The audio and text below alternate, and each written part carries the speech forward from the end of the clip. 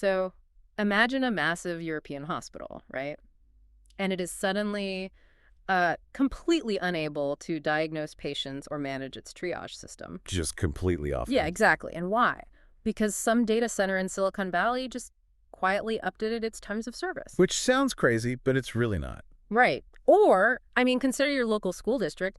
Imagine them running out of funding because the actual tax base that supports it has, like, physically migrated to a server farm on another continent. It's a massive shift. It is. We are looking at a scenario where the artificial intelligence tools you use every single day are, well, they're actively being weaponized to rewrite the global world order. So welcome to the deep dive. Glad to be here.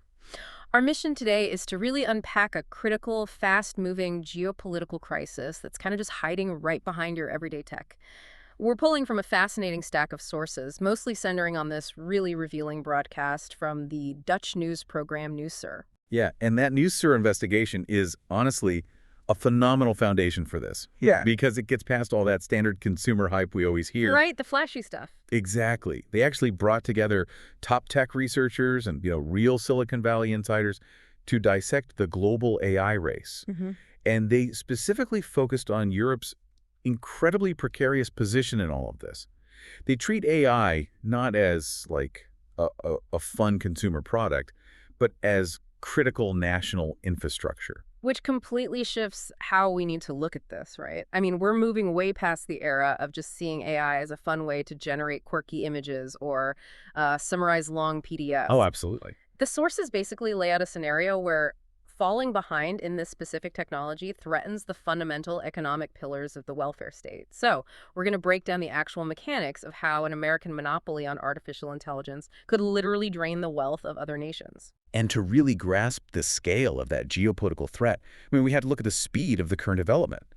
The researchers in the broadcast, they described the AI race as a roller coaster without brakes. A roller coaster without brakes, that is a terrifying vowel. Right. There is no pause button here. The capabilities are compounding faster than regulators can even, draft the legislation to keep up. Well, and a perfect example of that speed is a recent model from the AI company Anthropic. The broadcast refers to it as Fable 5. And Anthropic is obviously one of the major players in the frontier model space. Yeah, definitely one of the big ones. And on the surface, Fable 5 just looks like an impressive but, ultimately benign creative tool. Like, the broadcast highlights how easily it can generate this hyper-realistic video of a man being chased by a big, mean fish. Right, the fish video. Yeah, the fish video. It seems almost absurd to view something that makes a funny fish video as a geopolitical threat. Well, the absurdity is kind of part of the illusion, right? The underlying neural network, it doesn't distinguish between generating digital scales on a virtual fish and, say, analyzing complex systems. Wait, what do you mean? So cybersecurity expert Bert Hubert is featured in the broadcast, and he outlines this really terrifying dual-use capability. He points out that you can take this exact same generic AI model and just feed it the proprietary source code of a major corporation. Or like a government agency or something. Exactly. You basically ask the AI to find the vulnerabilities. You tell it to, scan millions of lines of code and point out exactly where a hacker could break in. Oh, wow. Yeah, Hubert actually calls this his absolute biggest nightmare, because the exact same architecture powering a social media video generator is suddenly functioning as a weapon of mass cyber disruption. That's wild. Yeah. Which I guess brings us to the geopolitical pivot, because the sources note that Anthropic understood this dual-use nature perfectly, right? They absolutely did. When they were marketing this model, they utilized a very specific narrative. They publicly stated that the model was incredibly powerful and inherently dangerous. They even argued it should perhaps only be distributed to, a highly vetted, select few cybersecurity firms just to prevent a global crisis. And the sources note that this narrative wasn't just some marketing gimmick. It actually became a lever for foreign policy. Right. The previous U.S. administration seized on that exact security argument to temporarily block non-U.S. access to the Anthropic model. They just cut people off. Yeah. They geofenced the cloud access, meaning if your IP address wasn't American, you were locked out. Just like that. Just like that. And while that block was, reversed days later, the precedent is chilling.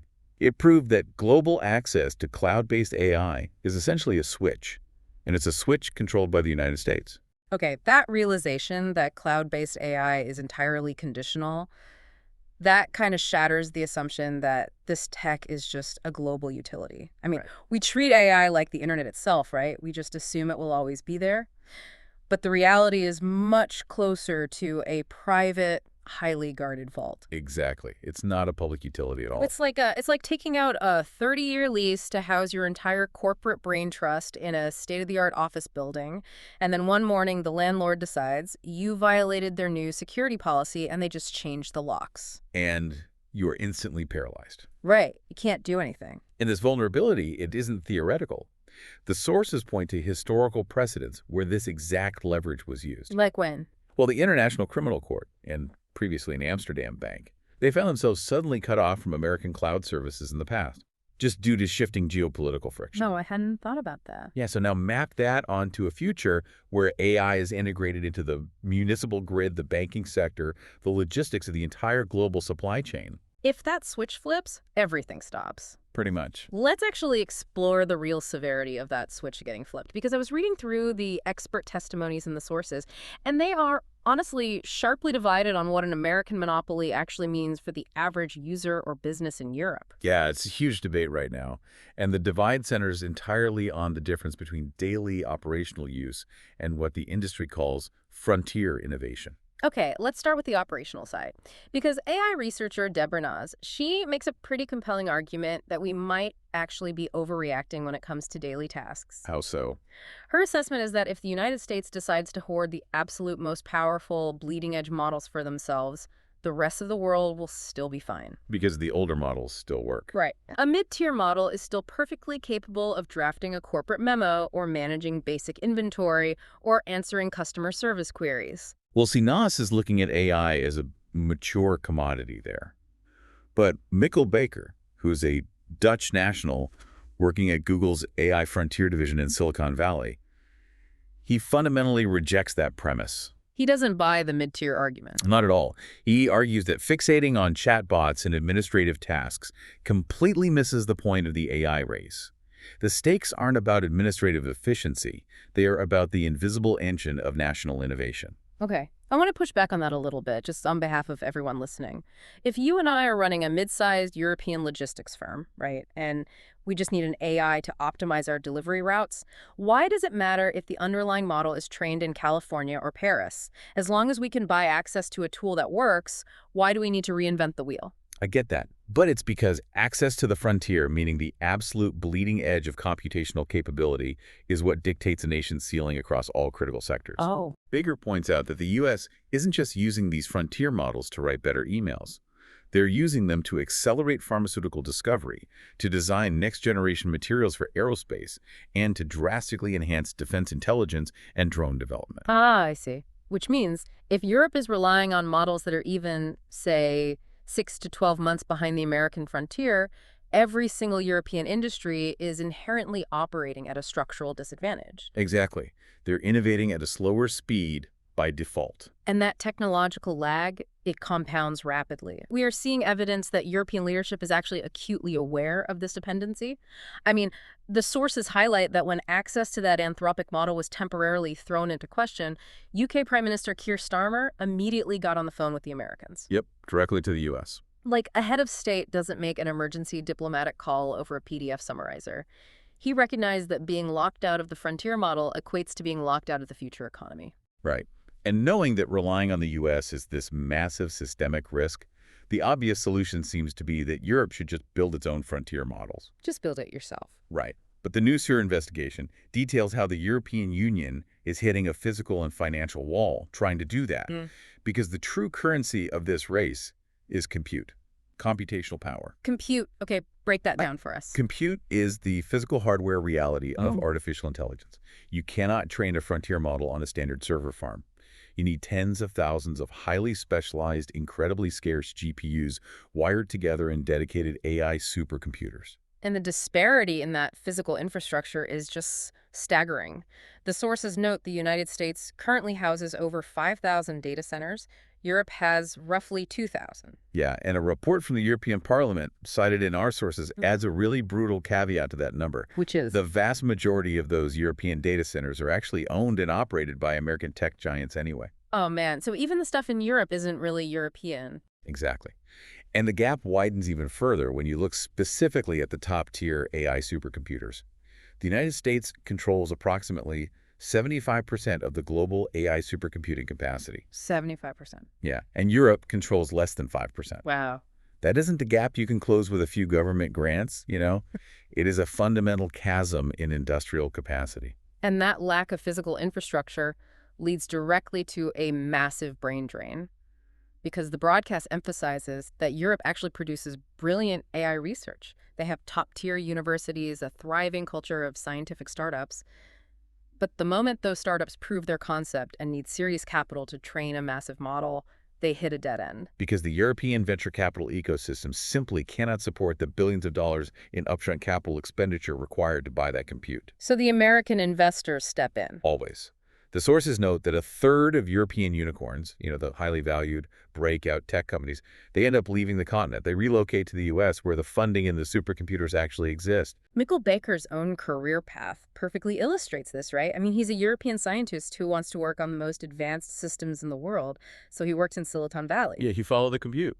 And when he was asked about returning to Europe, he notes that the budgets in the U.S. are more than 10 times larger. If a scientist wants to operate at the frontier, physics and finance basically dictate they must go to America. And compounding all of this, the lack of compute, the lack of capital, is a deeply entrenched regulatory mess.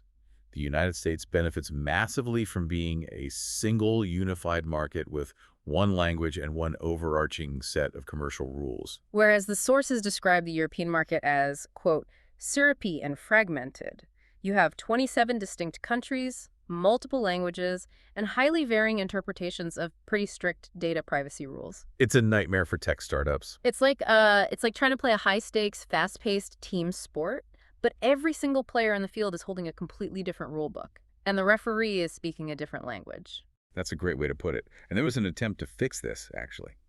Policymakers proposed creating a 28th regime. A 28th regime? Yeah, essentially a virtual borderless digital country.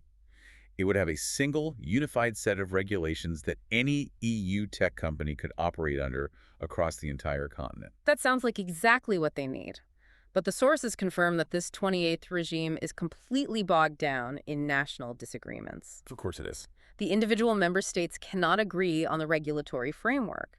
So the unified market remains this illusion, which severely hampers any European company trying to scale up to American proportions. Right. And because of this insurmountable gap in compute, the ongoing brain drain and the fractured regulatory environment, Baker co-authored a scenario predicting the geopolitical endgame of all this. Oh, the tier system. Yeah.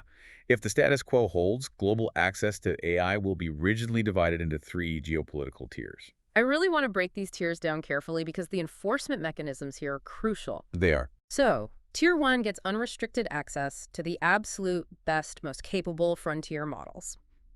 This obviously includes the United States. It also includes close strategic allies like Canada and Israel. But interestingly, it includes essential supply chain countries. Right. Like Taiwan. Exactly. Taiwan is in Tier 1 because they manufacture the advanced chips. And the Netherlands might be in Tier 1 because they house ASML, the company that builds the machines to print those chips. And the United States enforces this Tier 1 club through a combination of cloud geofencing and strict export controls on the physical hardware. If you have something the U.S. needs for its own AI dominance, you get access. And if you don't, you fall to Tier 2. Exactly. Tier 2 nations get access to AI, but only to second-tier degraded models. So they get the leftovers. Pretty much. They're deliberately kept behind the frontier to ensure American industrial dominance. And according to the scenario, this is where the vast majority of Europe is projected to land. Man. And then finally, you have Tier 3, which is reserved for hostile nations, countries like China, Iran, and Russia. Through extreme hardware embargoes and complete cloud lockouts, they get absolutely nothing from the Western AI ecosystem. Nothing at all. While Tier 3 is a national security play, I want to deeply explore Tier 2, because this is where the new Sewer broadcast outlines an economic doomsday scenario for Europe. The tax issue. Yes. If you live in a Tier 2 country, this geopolitical tiering directly threatens the tax dollars that pave your roads and fund your local hospitals. I mean, what does this all mean for you, the listener? Well, the mechanism of this wealth transfer is deeply unsettling. As AI agents become more sophisticated, they're going to automate a massive percentage of global knowledge work. We're talking about accounting, legal analysis, logistics management, software development. Okay, let's trace the money on this because it's fascinating. Imagine a massive manufacturing firm in Munich. Currently, they employ 50 accountants. Those 50 accountants pay German income tax, right? And that tax funds the German welfare state, the healthcare system, public education. Right, standard economics. Now, imagine that Munich firm subscribes to a highly advanced AI accounting agent hosted in an American data center. And suddenly, the AI agent replaces 40 of those accountants. Exactly.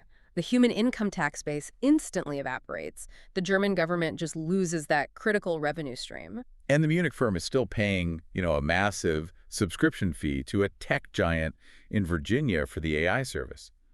The profits from that automated labor are generated on American servers, meaning the corporate taxes on those profits go directly to the United States Treasury. You are literally witnessing the physical migration of the taxable labor force.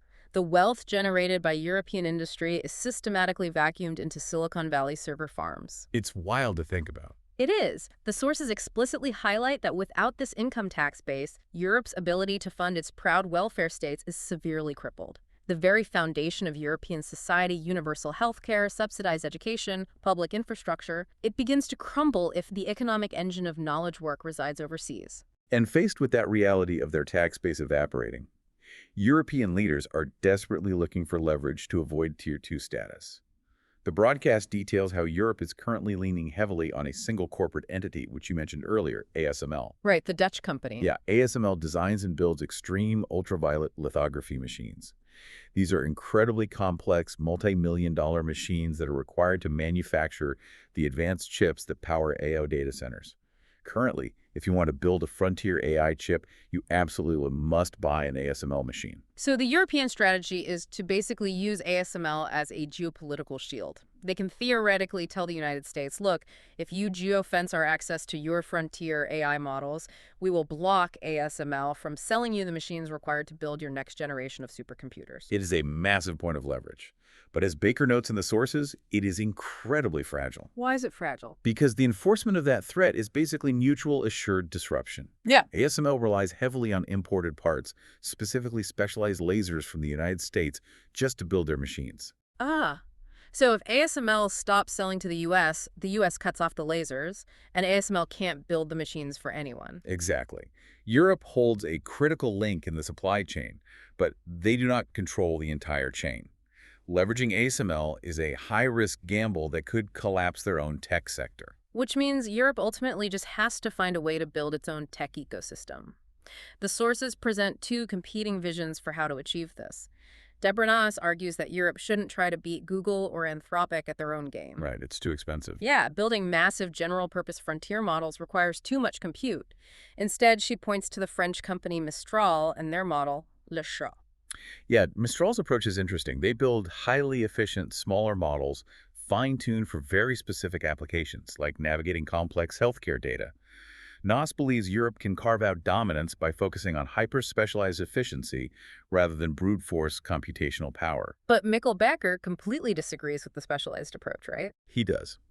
He argues that the fundamental architecture of modern AI requires you to build a massive generalist model first. What does that mean exactly? You have to train the model on everything. Global history, advanced mathematics, hundreds of coding languages, just to develop its core reasoning capabilities. Yeah. Only after you build that massive foundation can you effectively fine-tune it for a specialized task, like healthcare. Okay, I see. Yeah, if Europe doesn't build the massive foundation, their specialized models will always be fundamentally weaker. So, assuming Baker is correct and Europe needs to build massive foundational models, the broadcast outlines how the Netherlands is attempting to force an ecosystem into existence using the American DARPA model. For those who don't know, DARPA is the U.S. Defense Advanced Research Projects Agency. They are famous for funding high-risk experimental tech long before it is commercially viable. That's how we got the early internet, right? Exactly. The internet, GPS, a lot of modern tech. So the Netherlands is mimicking this by launching a national agency for disruptive innovation. They are starting with a €50 million budget to fund universities and startups to build foundational AI tech. Which is great, but while €50 million sounds as a solid start, It just pales in comparison to the tens of billions being poured into American data Oh, centers. absolutely. And even if Europe suddenly found 50 billion euros, they run straight into the final absolute bottleneck of the AI race, which is energy. The power grid. Yes, you cannot just drop an AI supercomputer in the middle of a city.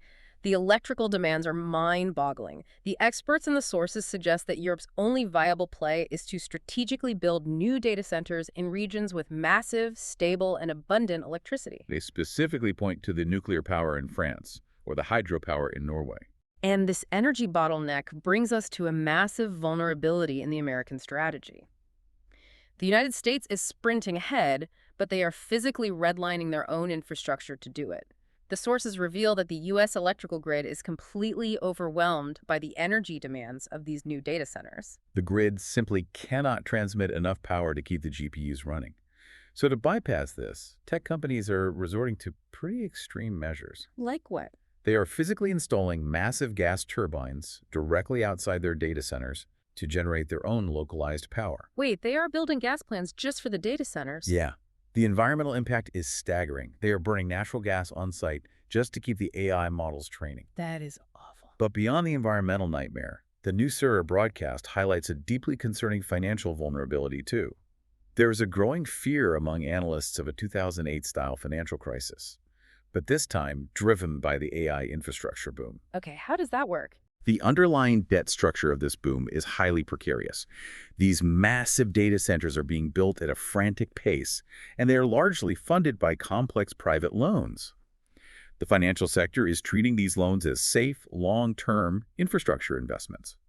Kind of similar to how they viewed subprime mortgages in 2008. Exactly the same mentality. But a data center is not a traditional infrastructure asset, like a bridge or a toll road. I was reading through the financial breakdown in the sources, and the analogy that comes to mind is it's like taking out a traditional 30-year mortgage to build a state-of-the-art manufacturing factory, but the product you're manufacturing becomes completely obsolete in 18 months. That is the exact risk.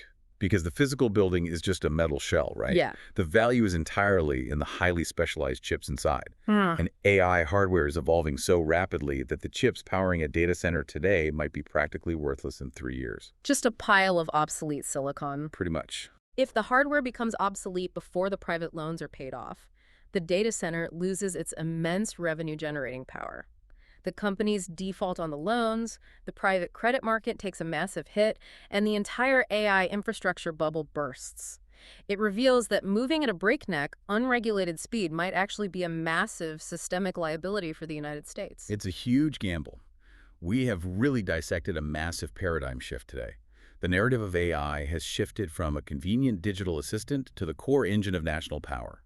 It dictates global security, industrial competitiveness, and the very survival of the tax structures that support European society. It's intense. Every time you use an AI tool to draft a document or analyze a spreadsheet, you are actively participating in this shift. You are routing data through an infrastructure that is rewriting the rules of global dependency. And, I want to leave you with a final thought to explore on your own, building on those massive vulnerabilities we just discussed regarding the American grid. It's a really good question to ponder. We see the environmental devastation of gas turbines and the looming financial bubble of rapidly depreciating chips. So, what if the ultimate winner of the global AI race isn't the nation that successfully hoards the biggest, most power-hungry supercomputers? What if the true victor is the nation that cracks the code on radical energy efficiency, developing models that require a fraction of the compute? That would change everything. Could the massive debt-fueled American infrastructure suddenly transform from their greatest geopolitical asset into an outdated, incredibly expensive liability? Something to keep in mind the next time you ask an AI to analyze a dataset. Thanks for joining us on this deep dive.